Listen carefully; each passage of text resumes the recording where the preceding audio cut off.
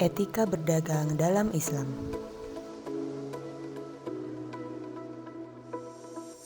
Islam memang menghalalkan usaha perdagangan, perniagaan, dan atau jual beli.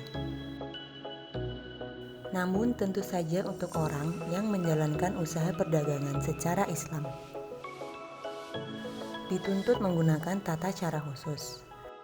Ada aturan mainnya yang mengatur bagaimana seharusnya seorang muslim berusaha di bidang perdagangan agar mendapatkan berkah dan ridho Allah Subhanahu wa taala di dunia dan akhirat. Etika perdagangan Islam menjamin baik pedagang maupun pembeli masing-masing akan saling mendapatkan keuntungan. Adapun etika perdagangan Islam tersebut antara lain: 1. Sidik atau jujur. Seorang pedagang wajib berlaku jujur dalam melakukan usaha jual beli. Jujur dalam arti luas, tidak berbohong, tidak menipu, tidak mengada-ngada fakta, tidak berkhianat, serta tidak pernah ingkar janji dan lain sebagainya. Mengapa harus jujur? Karena berbagai tindakan tidak jujur selain merupakan perbuatan yang jelas-jelas berdosa, juga akan berpengaruh negatif kepada kehidupan pribadi dan keluarga pedagang itu sendiri. Sesungguhnya Allah Subhanahu wa taala telah menganjurkan kepada seluruh umat manusia pada umumnya dan kepada para pedagang khususnya untuk berlaku jujur dalam menimbang, menakar, dan mengukur barang dagangan. 2. Amanah atau tanggung jawab. Dalam pandangan Islam, setiap pekerjaan manusia adalah mulia.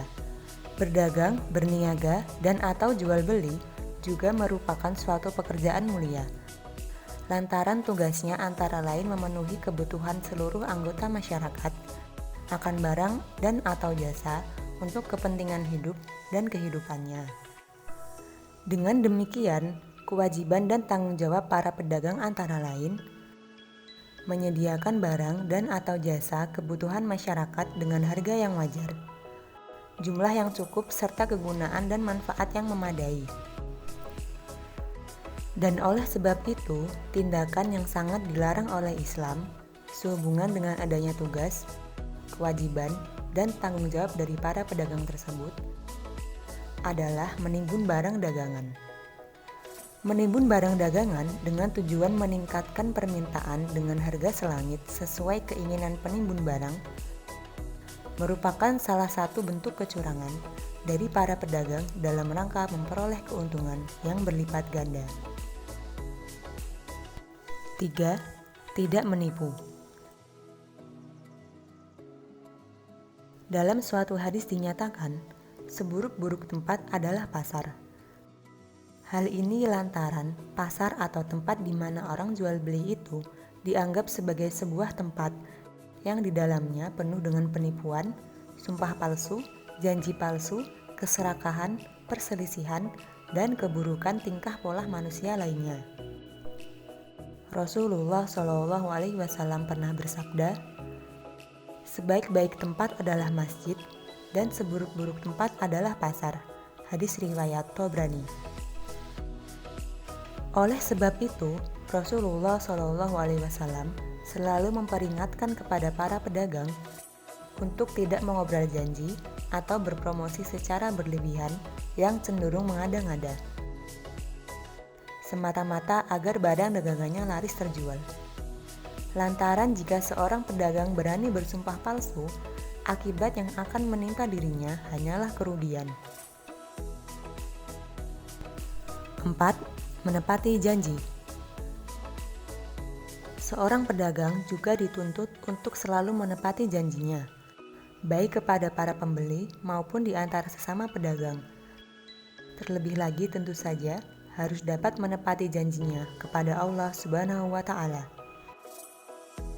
Janji yang harus ditepati oleh para pedagang kepada para pembeli misalnya, tepat waktu pengiriman, menyerahkan barang yang kualitasnya, kuantitasnya, warna, ukuran, dan atau spesifikasinya sesuai dengan perjanjian semula. memberi layanan pemajual, garansi, dan lain sebagainya. Sedangkan janji yang harus ditepati kepada sesama para pedagang misalnya, pembayaran dengan jumlah dan waktu yang tepat.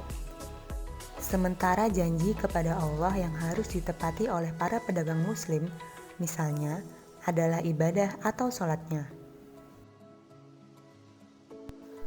5. Murah hati.